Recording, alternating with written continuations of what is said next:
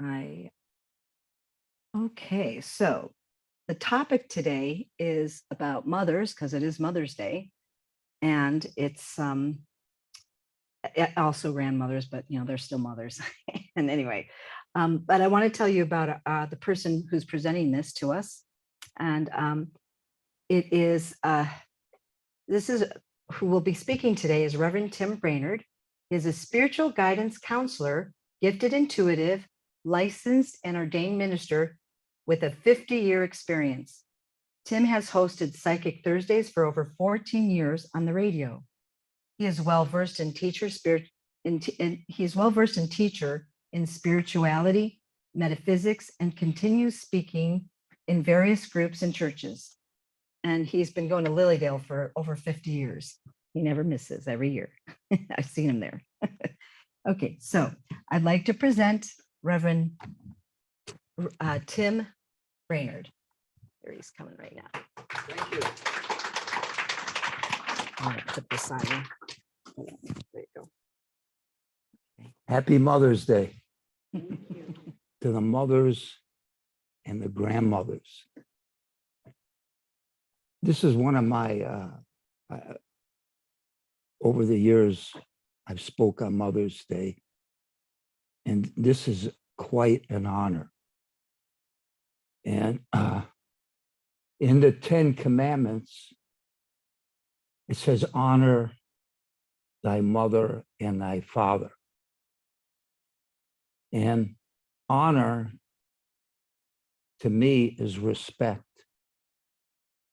And nobody in this room would be sitting here if it wasn't for their mother. And if you look at that little baby in the back, now, how old is she? I remember when I was that baby's age. Don't underestimate a baby that they're not conscious. They're just as conscious as an adult, but when they see things they don't understand. And I remember I would watch people talk, but I didn't know what they were saying because I didn't understand the English language. And the first 2 words that I learned was my name, Timmy, and the word no. And I did not like the word no. No. I would raise a fit with that one. And I could even remember when I was baptized at 6 months. Now, how that is, I don't know. I remember everything.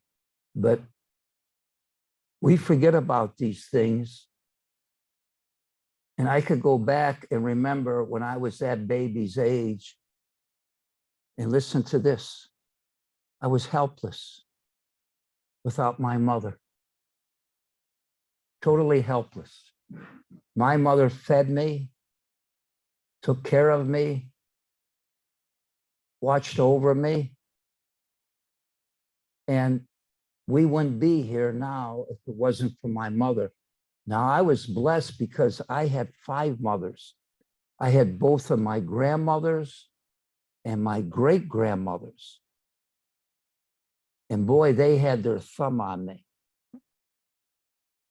And I don't remember the men being around much, but I have a second cousin that grew up in the family. She was a little older than me.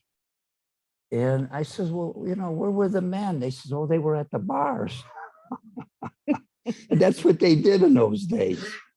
And when they came home, the men behaved because grandma and mom was the boss.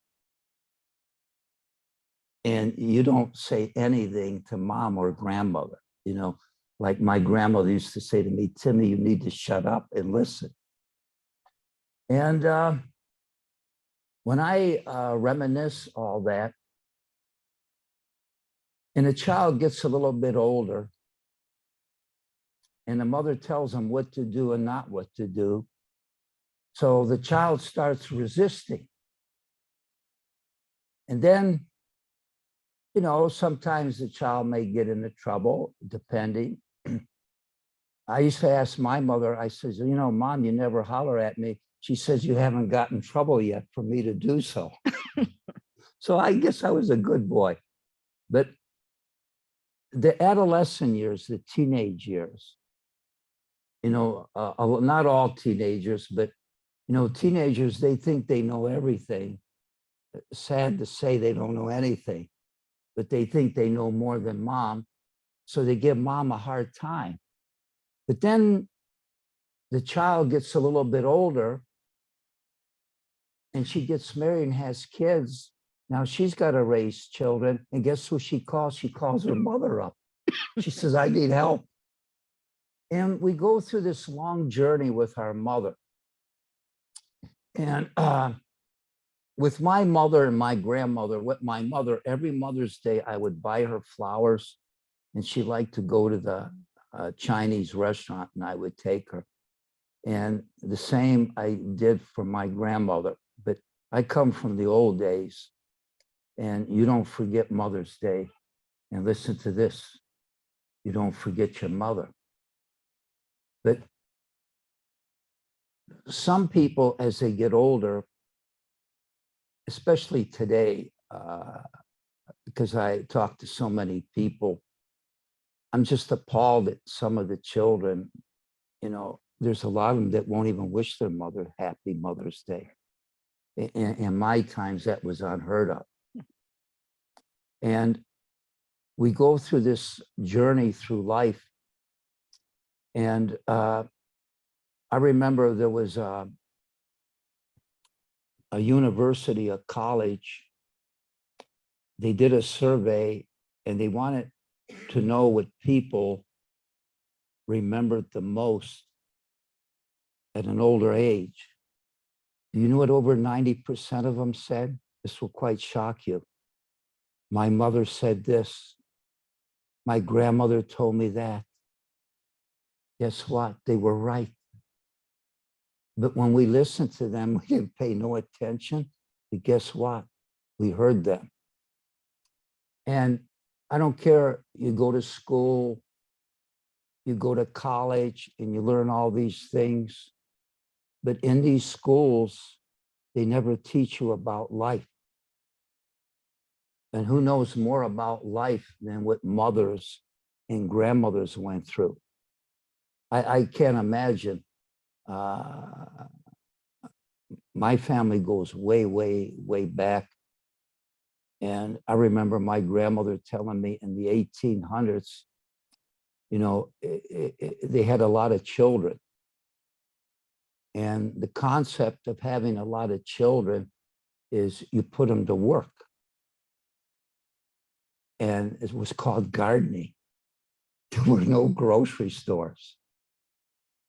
And the more children you had, the more it was abundance. And if mother passed away, the oldest daughter was the mother. And she was telling me back in the family, when one of my great-great-great-grandmothers died real young, and she had like 8 kids, and the daughter was 12 years old, she became the mother.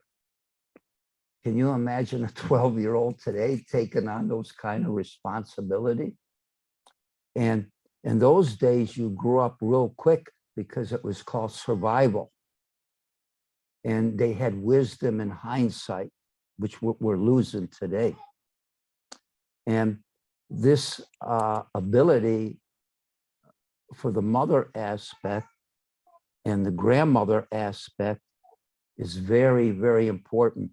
And don't underestimate the grandmothers in this room or the mothers in this room that have children, and that you talk to your children and say, well, they don't listen to me. I'm going to tell you a little secret. They hear you, and there'll come a time they'll repeat every word you say, because grandma knows and mom knows.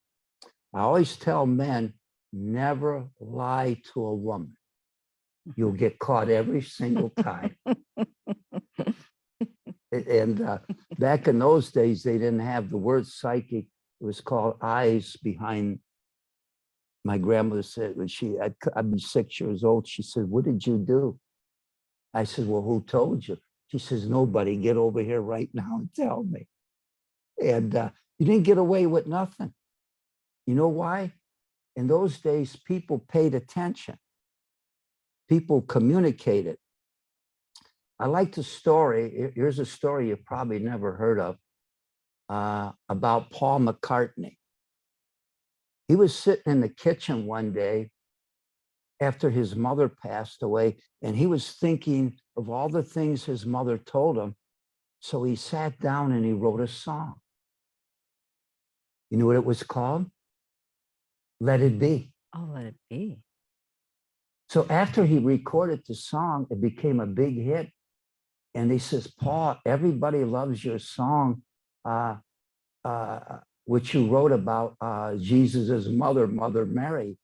And he says, what are you talking about? That was my mother. And he didn't have the slightest clue. Recording in progress. Sorry. If you listen to the song, it sounds like he's talking about Mother Mary. He says, I was, but that was my mother's name. And what I wrote in the song, she used to tell me growing up. And I thought that was beautiful. And he says that whole song came to him and everything his mother told him growing up. Isn't that beautiful? And about 30 years ago, I met one of the children from Medjugorje. There's a shrine here in Northeast Ohio where they have a 50-foot statue of Mother Mary. And apparently there was a legend where Mother Mary appeared to some children on that farm. And I don't remember the senator of Ohio, he brought him over in the Catholic Church. There were over 1,000 people there. And I did my radio show and I told them, I said, well, I could advertise this on the radio. And they says, Tim, we don't want you to do that because there'll be too many people. And the ones that are supposed to be there will be there. But anyway, he was just wonderful. And they thanked him for coming. But what he told us, he says, well, Mother Mary told me to go, and she did appear to the children on that farm here in Ohio. And he told us that Mother Mary, she looks like about 27 years old. She has black hair and blue eyes, and she doesn't act like a nun or a saint. She acts like a mother. And she could speak every language on earth. She knows every single thing that's going on. She would holler at them if they weren't eating right or watching too much television. But she is what is called the Divine Mother. And I remember they asked her her birthday. He says, Mary, when you were born on this earth? And she says, my birthday is August 5th. I'm a Leo. That's funny. So the priest found out and told the Holy Father. And he said, well, Mother Mary didn't say she was a Leo. So the priest had to go out and get the children and gather them up and bring them into the priest's house, and says the Holy Father wants to talk to you on the phone. And he said, now, children, Mother Mary didn't say she was a Leo. She said it 3 times. And if you know anything about astrology and a woman that's a Leo, you don't mess with her. Imagine when they crucified her son, she was right there and she would not be intimidated by any Roman soldiers. In a way, they felt sorry for her. When the apostles were running and hiding, she went and got them and brought them together. But that's a very powerful sign. And that is what is called the Divine Mother. And when they asked her if she was the mother of the Catholic Church, you know what she told the children? I'm everybody's mother, the Jews, the Muslims, the atheists, everybody's mother. And he says, who assigned you to that? She says, the Creator. And this heavenly host is called Mother Mary, is embedded in every mother and every grandmother. I know that for a fact. This is why motherhood is very, very sacred. It's not just the word mother. It's a responsibility. That baby, as that baby grows up and becomes adult, it's the mother who nourishes it, takes care of it, and loves it. You never, never lose your mother. You cannot lose your mother. I held my mother's hand when she passed away. And you know what it's like to die? You fall asleep. But you don't wake up. You wake up on the other side. And I'll never forget this. About 6 months after my mother passed away, I had to do a wedding on a Sunday morning. And my alarm did not go off. And my mother physically materialized in the bedroom and shook the bed and woke me up, the same as when she used to wake me up to go to school, because I don't like getting up in the morning. And she says, Timmy, get out of that bed now. You have to do a wedding. And I was in a deep sleep and I saw her face over me, hollering at me. She said, get out of that bed now. We got a wedding to do. And as I got out and looked, she was gone.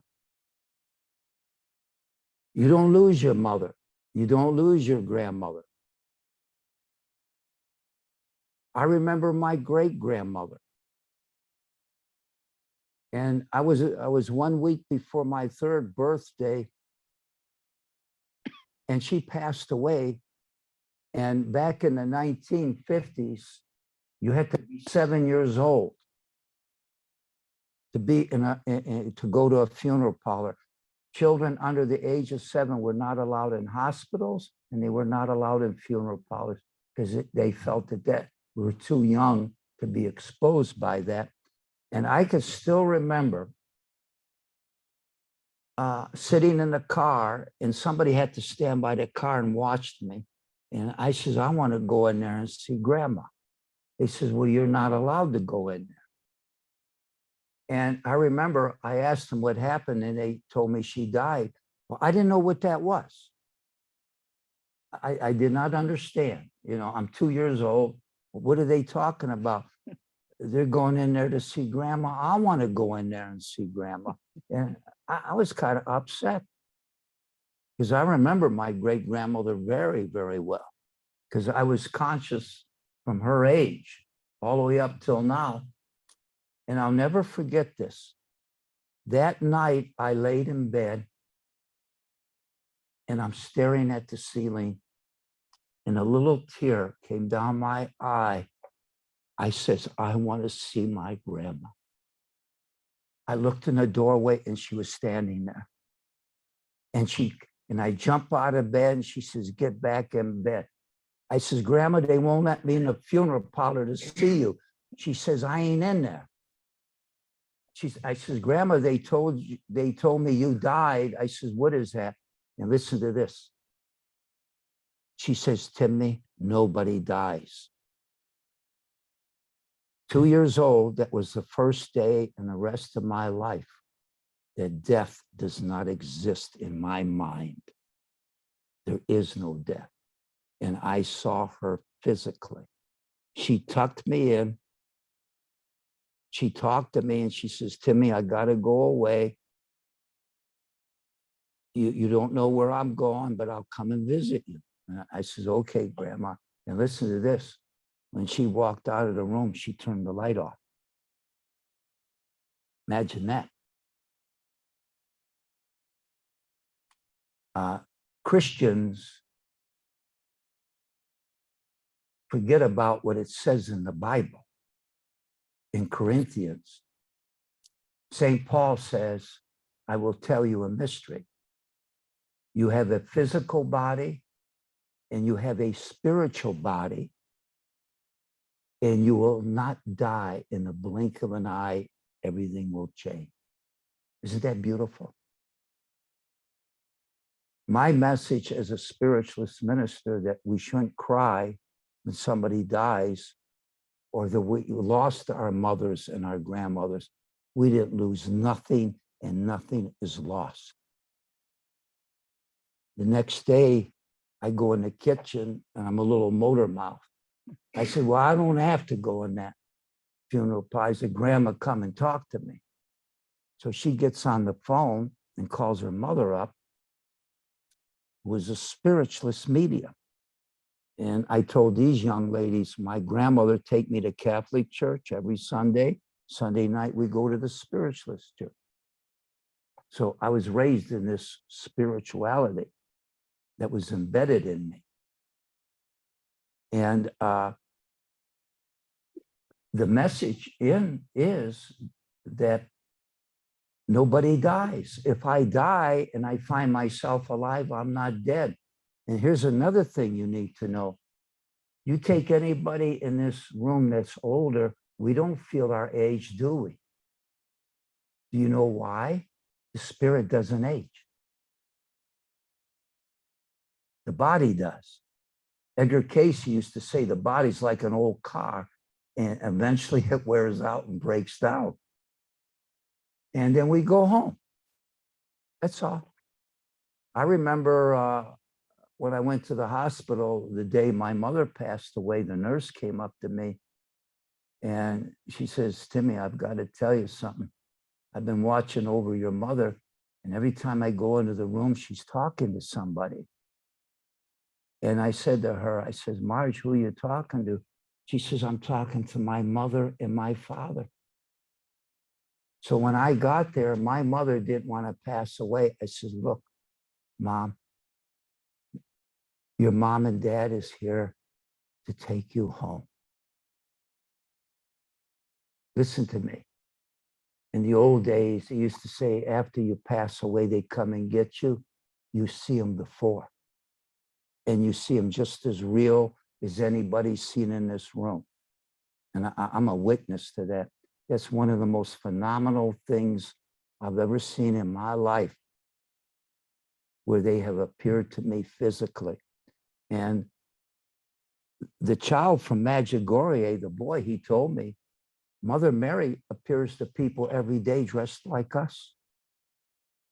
And she'll be talking to somebody and you turn around and she'll be gone. And she's constantly working. Prayers are the divine intervention in the need in your life when you have a problem and you don't know what to do, and it will be answered. And you never lose your faith in the people that love you. And trust me, if you think as you get older, you're alone and there's nobody there, that's not true. And if you could just keep yourself open, they'll come to you in a dream. It took me a long time to learn this one. Sometimes somebody will pop into our head and we think that we're thinking about them. Like my dad will pop into my head. So I said, well, I'm thinking about my dad. I found out that's not what's happening. He's thinking about me and I'm picking it up. I think the most difficult thing is to have discernment between what you're thinking about and what when you're talking to yourself, and the guidance that your mother, your grandmothers, all my relatives are on the other side.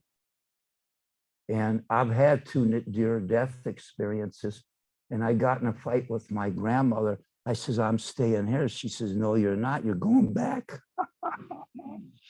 And it is just as real over there as it is here, except everything's more intense. Like you could be in a room like this, just as real as this room, but the room is alive. You have to experience what that is. You put your hand on a tree, it will talk to you. The animals will communicate with you. And on the other side, every single person you meet, you know, and they'll call you by your name. If you were there back here, but we're on a mission. My grandfather says life is a school. He says you're going to make mistakes, but you learn. And as you learn and you evolve, and each one of us have different experiences, those are the things, it's called soul growth. It's called we become more mature. We learn to understand from the people that were in our life, like our mothers and our grandmothers, and even and our fathers. I know a young man I met years ago, he had 4 daughters, and his wife was killed in an automobile accident in her early 30s. And do you know he spent his whole life raising his 4 daughters? And on Mother's Day, they would bake him a cake and it'd say, "Happy Mother's Day, Dad." And I met one of them when they got older. And I said, you know, I remember reading your dad years ago, and I felt so sorry for him. He lost your mother, his wife. And he says, you know, our dad was a wonderful mother. Not all men can do that, but he did it. And he raised those 4 girls perfectly. So it's this love that bonds us from the people that are in our life and the people we love, and that our mothers and our grandmothers will always be there. And they are not going to abandon us. And they're going to take care of us. I don't care how old we are, the same as that mother is holding her child. Our grandmothers in spirit and our mothers in spirit are still holding us and blessing us. And if you could experience that, you would never be the same again. And I remember what Albert Einstein said. Albert Einstein said, there's no such thing as a skeptic. He says, when you learn something for yourself and you experience something by yourself and you witness it, he says the proof belongs to you and you can't give it to another person. People that don't believe or call themselves skeptics, listen to this. They haven't earned the truth. The truth is the truth. But you got to be open enough to receive what is given to you. You can't deny it. I remember my teacher used to tell me, skeptics are codependent on rejection. I said, well, that's kind of sad. He says, they're not ready yet. My dad didn't believe in any of this, but when he died and he found himself alive, he's appeared to me more than anybody. And I asked him one time, I said, well, you weren't like this when you were here. He says, well, when I died and found myself alive, I found out I was wrong. Okay. What a testimony, huh? He says, I was wrong. And I guess sooner or later,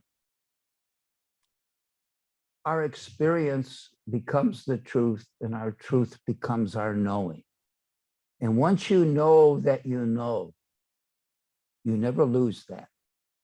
Once you know that you know the people you love, nobody can take that away from you. And this is where we're all blessed today by our mothers and our grandmothers, and even the ones that are still here, that we can remember them and honor them. So I wish you a happy Mother's Day and say, God bless you and thank you. All right, thank you. Does anybody have any questions for Reverend Tim? Anybody? Okay. Mothers, they're gonna tell you ain't gonna, I'm not gonna tell them, that's for sure. God bless you. Okay, thank you. That was absolutely wonderful. I just want to say that, you know, I got a text today from a high school friend and wishing me a happy Mother's Day. And I did also get a happy Mother's Day from my niece. She said, happy Mother's Day, Auntie. And, you know, I'm not a mother, but I want you all to know that my personality, my belief, I think being a mother is one of the best things you could possibly do in this life. Being a woman, of course. Well, in today's world, we've got only just saying. But just saying that, I just think it's awesome. And I really think I always wanted to be a mom. That was at 13. I said that that's what I want to do is be a mom. And it didn't work out that way. But I'm a mom. I'm a mom in a lot of different ways. And all the people who haven't had children, it's a special day for you too, because we're mothers. And I really enjoyed your talk. Thank you. I really did. That was a great talk. Okay, so I think we're going to be doing a song right now, and you're going to stop recording. Okay, let's see.